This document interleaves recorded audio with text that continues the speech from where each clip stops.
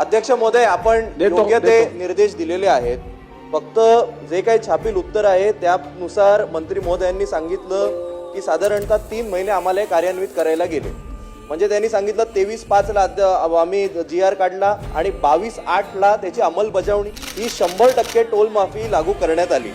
अध्यक्ष महोदय, माझ्याकडे ते आपले फास्टॅग नंतरचे जे रिसीट येतात त्या रिसीट आहेत. त्या रिसीट मध्ये ईव्हीचा फास्टॅगला सी लिंकला 27/10/2025 ला टोल कापला गेलाय.